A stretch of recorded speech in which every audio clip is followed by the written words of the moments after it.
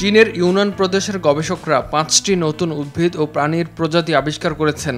প্রদেশটির ছাংশান পর্বতমালার তালি বিশ্ববিদ্যালয়ের গবেষকরা এমন কৃতিত্ব দেখিয়েছেন।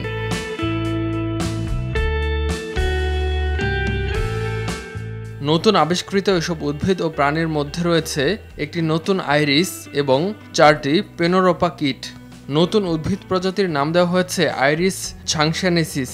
গবেষক চিয়াং সিয়ানফেং বলেন,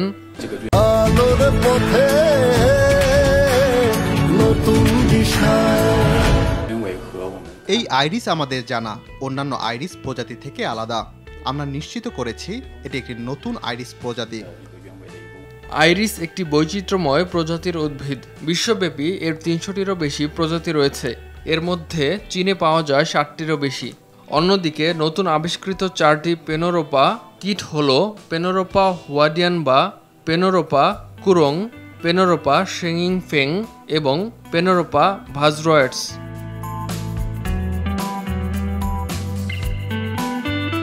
পেনোরোপা হল সংবেদনশীল জলজ কীট।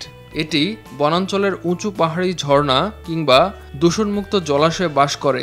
চীনে 200টিরও বেশি পরিচিত পেনোরোপা প্রজাতি রয়েছে।